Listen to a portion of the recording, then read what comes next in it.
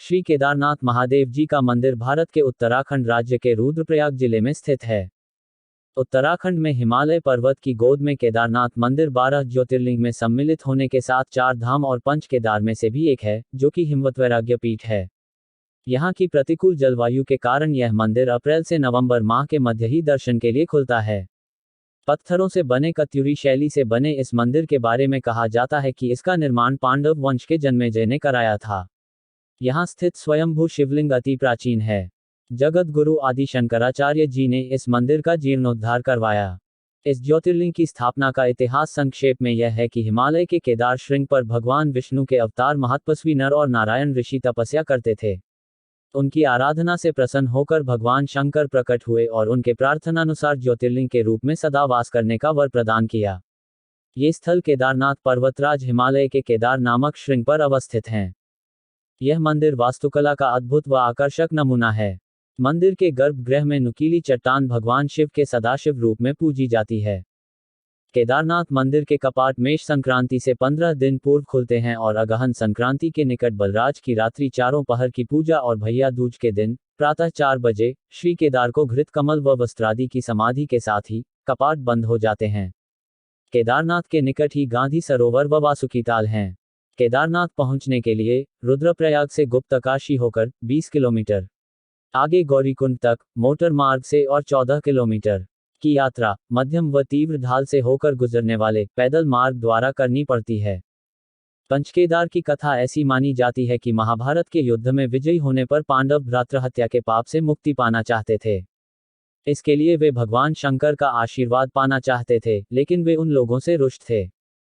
भगवान शंकर के दर्शन के लिए पांडव काशी गए, पर वे उन्हें वहां नहीं मिले। वे लोग उन्हें खोजते हुए हिमालय तक आ पहुंचे।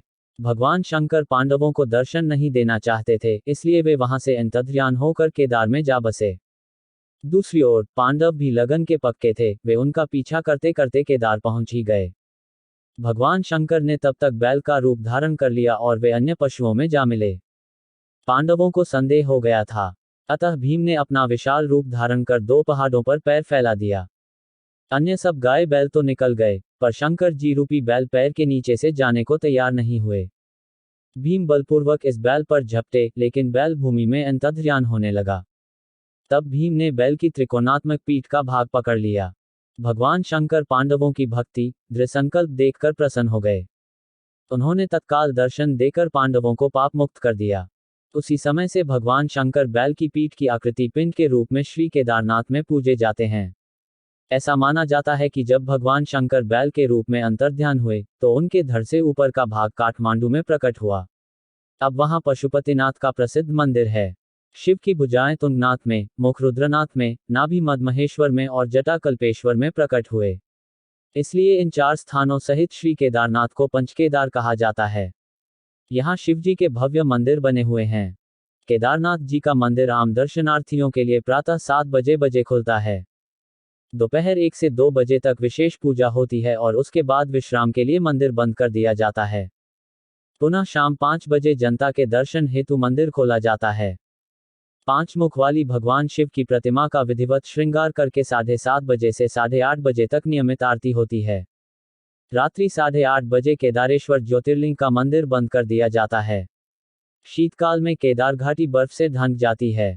केदारनाथ मंदिर के कपाट खोलने और बंद करने का मुहूर्त निकाला जाता है। ये सामान्यतः दीपावली के बाद भाई दूज को बंद हो जाता है और 6 माह बाद अर्थात अक्षय तृतीया के आसपास पुनः कपाट खुलता है। ऐसी स्थिति में केदारनाथ जी की पंचमुखी प्रतिमा को ऊखीमठ के पंचकेदार के गद्दी स्थल ओंकारेश्वर मंदिर में लाया जाता है और 6 माह तक यहीं पर केदारनाथ जी की पूजा संपन्न की जाती है।